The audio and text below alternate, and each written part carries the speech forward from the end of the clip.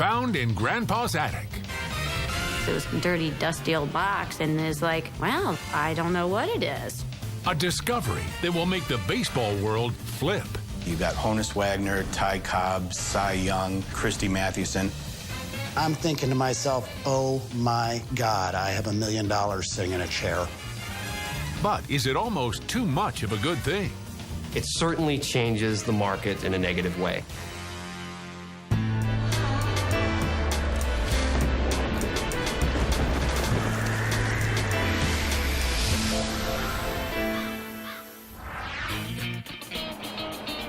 I'm Jamie Colby, and today I'm in Northwest Ohio on the edge of an area called the Great Black Swamp.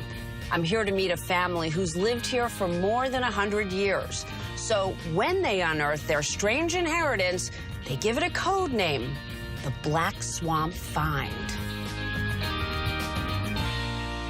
I'm Carl Kistner. In 2011, my cousins and I inherited the family home from our aunt. She had left us a note. We would find things in this home that we never knew existed. Carl, a 54-year-old restaurant owner, has invited me to the family home in the small town of Defiance, Ohio. Carl? Hi. Hi. I'm Jamie. How are you? Very good. Pleasure to meet you. Nice to meet you, too. Thanks for having me. Is this the family home? This is Grandma's home. Come on in. I'll show you around. The house first came into Carl's family in 1909. Neat old place, but he's a little TLC. Are you saying be careful? Yes. Okay.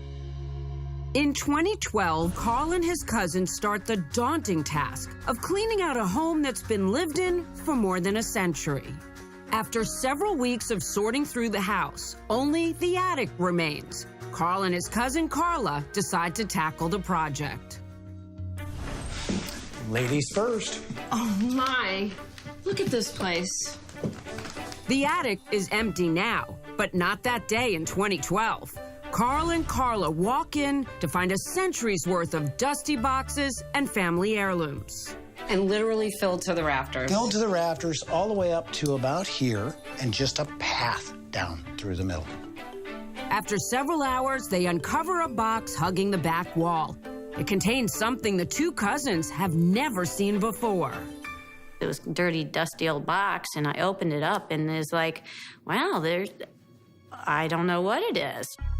The cousins see what appear to be small cardboard photos tightly wrapped in twine. They recognize some pretty familiar faces. We're both looking at it. It's baseball players. Cy Young, Ty Cobb, Wagner, but they're not baseball cards. Not to us. We get one out and we look at the back and they look like baseball cards, just miniaturized. No stats, no who made it, no nothing. How many are we talking about? Hundreds. Amazing. So you see the box, you take them out. What do you and Carla say? Actually, we set them on a dresser in the hallway and dove back into the attic. But soon Carl starts to ponder where the strange cards may have come from. Were they something Aunt Jean collected off a cereal box? Or maybe they go all the way back to his grandfather, Carl Hensch. He's a German immigrant, and he works his way down through Chicago and towards the Ohio Valley. He's chasing the American dream to own a home and start a business. Carl's a butcher by trade, and by 1905, he scraped together enough to open his own shop here in Defiance, the Carl Hensch Meat Market. Along with meats and sausages, he sells candies and other grocery items. Was he successful in his shop? Very successful as a butcher in town, very well known. In 1909, he marries his love, Jenny. They start a family and buy that dream home. By now, baseball has long established itself as the national pastime, and for decades, various companies have used baseball cards to sell their products. The first nationally circulated cards came inside packages of tobacco in the late 1880s and was actually one of the first opportunities for the average citizen to own a real photo. Candy companies jump into the game, too. The so-called caramel cards help sell the sweets and the top players of the day. You got Honus Wagner, Ty Cobb, Cy Young, Christy Mathewson. Children love the candy, but the cards even more. Kids did what kids do. They played with them, they traded them, there's card flipping games that they did with them. All Carl and Carla know at this point is that the cards may have come from their grandfather's store. Our guess is that he would have given them away as promotional items. And like any good businessman, when you got leftovers, you save them for the next promotion. Beyond that, Carl isn't sure what they have in the box, but he tells his cousin he'll find out. The box sits on that dresser for a few days and almost gets thrown out several times before Carl brings it to his restaurant to research the cards online. After a few days, he has some leads. I was looking at a 1909 caramel card, and I'm going, okay, it's not identical, but this is too close, and they've got an estimated value on this card Of? around $15,000. Carl discovers that a similar Ty Cobb card, identified as a 1910 caramel card, recently sold for $40,000. And I got a box full of them, and they're pristine. That's amazing. You're sitting on a bundle of money. Yeah. At that point, the heart is starting to race, and I'm thinking to myself, oh my God, I have $1 million sitting in a chair. A lot more than that. If, that is, Carl can confirm his cards are real. You're a little skeptical, but you're always looking forward to that one phone call that turns out to be gold. That's next. But first, our strange inheritance quiz question. Which gets credit for helping set off the rookie card craze? Is it the 1952 Topps Mickey Mantle, the 1968 Topps Nolan Ryan, the 1984 Don Russ Don Mattingly, or the 1989 Upper Deck Ken Griffey Jr.? The answer when we return.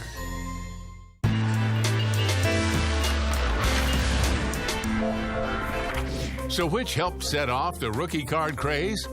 It's C, the 1984 Don Russ Don Mattingly. He didn't have the Hall of Fame career some predicted, but Mattingly's cards remain popular. While the grandchildren of Carl and Jenny Hench are cleaning out the century-old family home in Northwest Ohio, they find a dust-covered box containing what appear to be vintage baseball cards. I had went to some of the auction sites. I'm seeing a Ty Cobb for $40,000, and I'm looking at the Ty Cobb that I have going, ooh, mine's better. The box Carl found in the attic not only contains Cobb, known as the Georgia Peach, but all the greats of the era. And it's not just one of each player, it's dozens. In all, there are 800 cards, most in pristine condition. It kind of takes it out of a scope and a realm that you're not quite sure how to handle it. Step 1, find out if the cards are real. Carl reaches out to vintage sports cards expert Peter Calderon in Dallas. I received a phone call, which was very cryptic. He didn't want to go into any details. On a daily basis, we receive phone calls from people who find cards. It's always reprints. Peter tells Carl to text some photos of the cards, and he'll take a look when he gets a chance. When I got that first picture, the first thing I thought of, this is going to be filed in a too good to be true folder. But they looked amazing, and I saw nothing about them that suggested they weren't real. So I definitely, the next plan was we talked about him sending me some sample of cards. Carl overnights 8 cards to Peter with a note attached saying, "Call me before you open." When the box arrives at Heritage Auctions in Dallas, I gave him a call, had him on the phone. And there's that moment of silence that feels like 10 minutes, but it's actually a matter of seconds. I opened up the box, and I pulled out a large plastic holder. And then there's the, oh, I was just floored because I had no idea what a 100-year-old baseball card looked like brand new. Well, at that moment, I pretty much know that, yeah, these are real. Carl has one more bombshell. So his next question is, do you have any more? Yes, hundreds. I would have been happy if it was just the 8 cards. There is when you realize this is the find of a lifetime.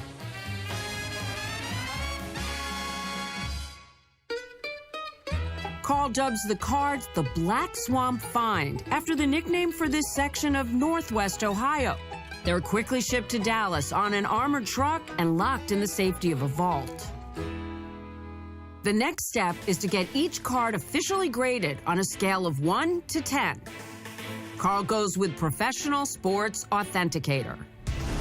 I meet up with Joe Orlando, president of PSA, at the National Sports Collectors Convention for a crash course in grading baseball cards. Why is this one only a 1? Babe Ruth cannot be just a 1. So if you look at the card, you can see all of the defects. There's surface wear, multiple creases throughout the card. This is about as low as it can get. So this one is higher. This is 8. Is that considered mint? This is considered almost mint, but when you look really, really close, you can see very little tiny white pieces of wear on each corner. And that's the difference between an 8, a 9, or a 10. Those tiny imperfections can make a difference of thousands of dollars. This is a PSA 8. It's worth roughly, $100 or so. If it were a 9, it's worth probably, north of $1,000. And if it's a 10, it's worth north of $5,000. So what about the Black Swamp Find? Do Carl's cards make the grade? What was your reaction when you saw the first cards? It was mind-blowing. Before the Black Swamp Find, the highest grade PSA ever gave to a card in that series was a 7. Carl's cards beat that in their first at-bat. It was a Ty Cobb, and it graded a PSA Mint 9. Little did we know that there were 15 more Ty Cobb 9s and, of course, hundreds of high-grade 8s, 9s, and even 10s in the set. Sounds pretty good, right? Not so fast. The collection doubles the known population of this type of card, and the unprecedented size and quality of the find could crash the baseball card collector's market. Will Carl's inheritance end up being too much of a good thing? If you were to flood the market with all of this at one time, it would certainly diminish the value of the entire find. That's next. Here's another quiz question for you. What's the most ever paid for a Babe Ruth baseball card? Is it $78,000, $517,000, or $1.3 million? The answer in a moment.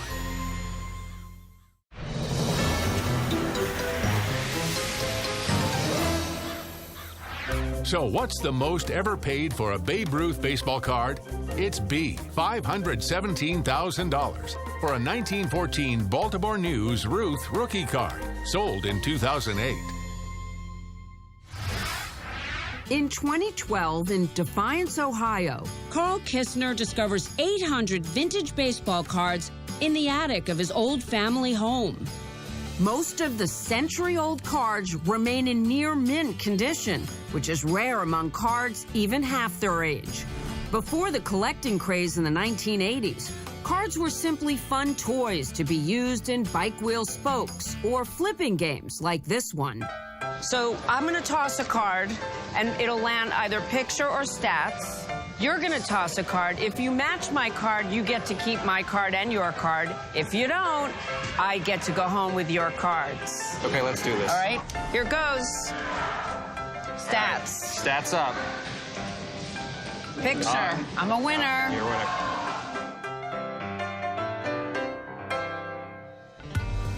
Fortunately for Carl, his grandfather wasn't interested in such games, and the collection should easily be worth millions if they play their cards right. You see, selling the so-called Black Swamp Find all at once could flood the market and severely drive prices down. Because of the size of the collection and the quantity involved, there was a lot of concern about the value. If there was one of each player, that would have been ideal. So, Heritage Auctions proposes a series of separate sales to maximize the family's take. We decided the best way to do it is to take your time, sell them by the set over a number of years. Carl runs the estate on behalf of the 20 grandchildren and divides the cards up into equal sets. Each family member can either join a consortium to sell the cards or keep their share as a family heirloom. Did anyone keep the Yes. cards? Yes. Really? Some of them did. But most family members agreed to team up and sell the cards gradually. Peter Calderon tallies the numbers and comes up with what Carl might expect if all goes right. Nearly $3 million. For Carl, it's a staggering sum. We're stunned. This is something we almost threw in a dumpster. In August 2012, in Baltimore's Camden Yards ballpark, they put the first 37 cards up for auction.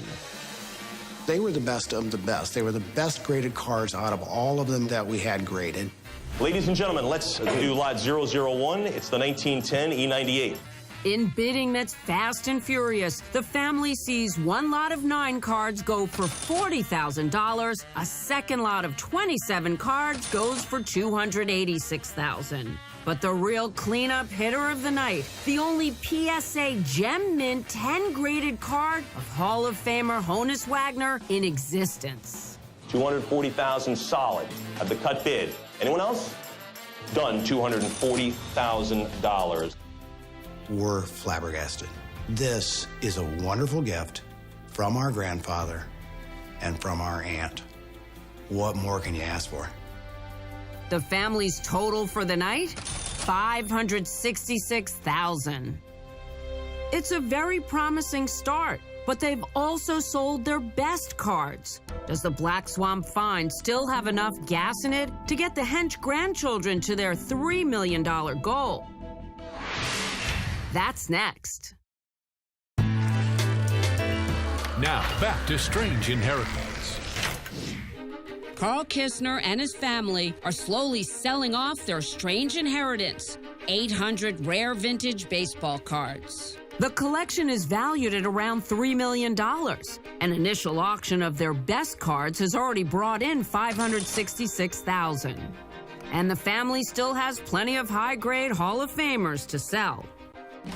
In October 2012 and May 2013, 2 online auctions with some help from legendary manager Connie Mack rack up $419,000. Then in August 2013 in Chicago, a PSA 8 Minor Brown pitches in to help the team ring up another $228K. And in the Big Apple in February 2014, a PSA 8.5 Johnny Evers and Mint 9 Frank Chance assist in a $300,000 haul. 2 more online auctions raised the total to $1.7 million. On July 31st, 2014, I joined Carl and his cousin Carla at the 35th National Sports Collectors Convention in Cleveland for their latest auction. Got a fired up crowd here tonight. What do you think, Carl?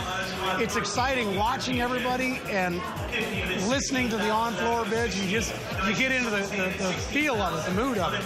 Bid what you want. The last person standing with their hand in the air gets the item. Apparently people have money. At the end of tonight, you may too. Up first for Carl and Carla tonight, the Georgia Peach. This is the 1910 E98 set of 30 tie cob, Black Swamp Pine, PSA Mint 9. Are you serious? Yes, we are serious. 26,000 who's bid to 28 grand, 27 Heritage Live, 28 on the 30. Fair warning, anybody else? When the auctioneer kind of slows down like that, you know it's getting good. Yeah. So at $28,000. Congratulations, guys. That's awesome. Now stepping up to the plate, a PSA Mint 9 Honus Wagner. No, Honus. Hey, come on. Yeah, come on, Honus, baby. 32 and a half at Heritage Live. Another bidder just jumped on it and sell this thing at $33,000. The bidding ends at $33,750. Yeah, very good. All right. Their weekend earnings, including online sales, total $133,000, lifting the Black Swamp Fine total to $1.85 million. Are you satisfied tonight? I'm ecstatic, and you know the person that's buying it wants it and appreciates it. And he's going to add it to his collection, and maybe he'll pass it on to his family.